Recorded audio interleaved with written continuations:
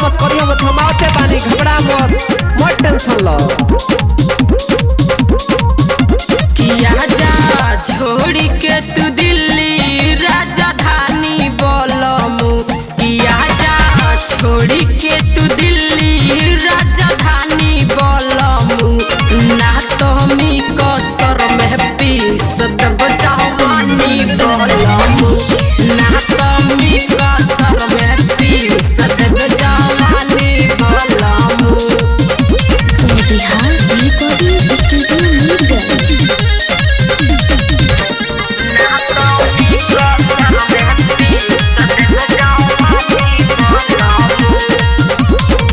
लाली उठा लाली गाली दे तबावे रोजे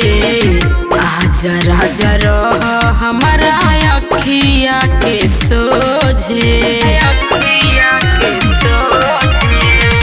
लाली उठा लाली गाली दे तबावे रोजे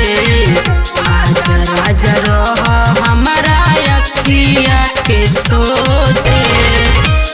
नाही कोहर तू ढेर आनाकानी बोलमु नाही कोहर तू ढेर आनाकानी बोलमु ना तो मी कसर में पीस दब जवानी बोलमु ना तो मी कसर में पीस दब जवानी बोलमु ए राजा जी